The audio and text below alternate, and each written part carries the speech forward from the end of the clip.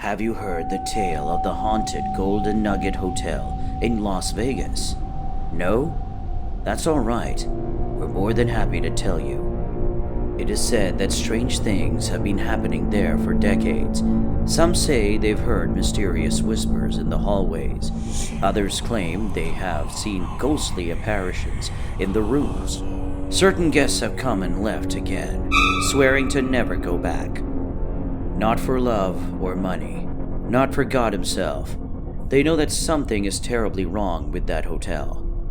Within the old moisture-stained walls, a terrible darkness lurks. Legend has it that the hotel was built on the site of an old saloon that burned down in the tragic fire, killing several people. The smoke still stains the walls, not visibly, but in spirit and scent. But when the light catches the building in just the right way, it's almost as though the fires can be seen in the glass windows of each room, burning forever, an unending hellfire. But that's not the only tragedy associated with the Golden Nugget. Though the fire is most well known, there's something else that's said to haunt this particular hotel. Some believe that a treasure was buried somewhere on the property, and that its discovery led to the deaths of several treasure hunters who were cursed by the spirits of the saloon's former patrons.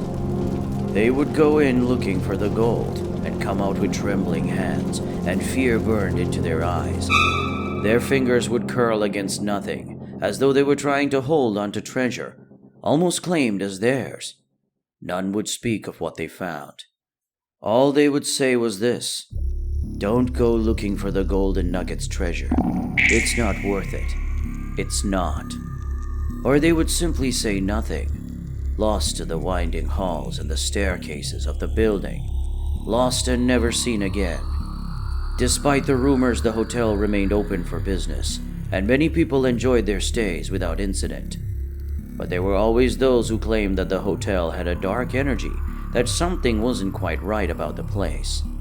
One day, a skeptical journalist was sent to investigate the rumors. His name was Alan Pedicure. He was a steadfast man with a pinched nose, a love for filing taxes, and a method of order in absolutely everything that he did. And of course, he didn't believe in ghosts or curses. Why would he? Alan was a man of facts and numbers. He was a man that knew there was always an answer to the story, and always a story that needed to be told. When it came down to it, he felt that there was a logical explanation for everything that happened. Ghosts were how the uninformed explained the horrific. They were nothing more than that, an easy scapegoat.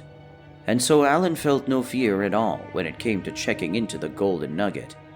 He was given a small room with a watermark on the ceiling.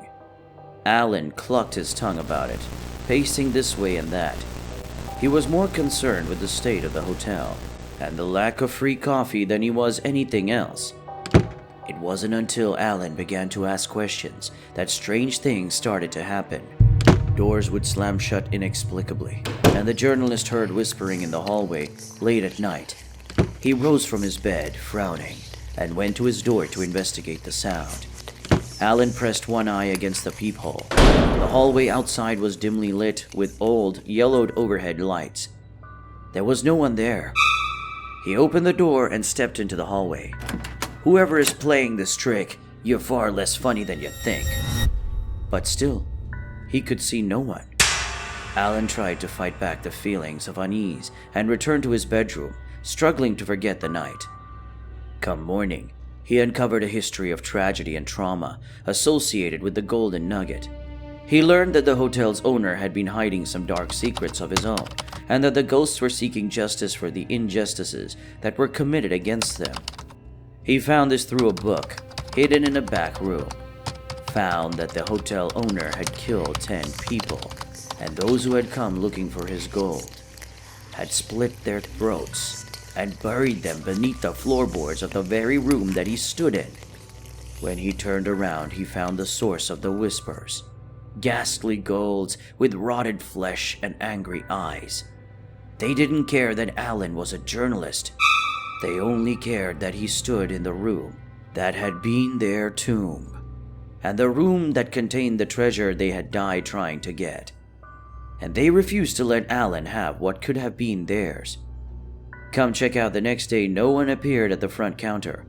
The hotel staff went to look through Alan's room, but they found it empty. Not a single sock had been left behind.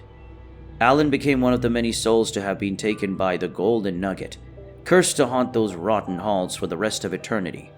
At least, that's one story. Others say that it was the treasure itself that had cursed Alan, that he found the gold, and it took him, pulling it in so that they would both be hidden forever. Or to those that do not believe, those that do not want to believe, they say that he simply ran, that he found information that would hurt him, that would make someone furious with him, and he took off into the night to get away from it. All that we know for certain is this: Alan was never seen again, and the rumors about the hotel's haunting have only grown stronger over the years, and those who dare to stay there do so at their own risk.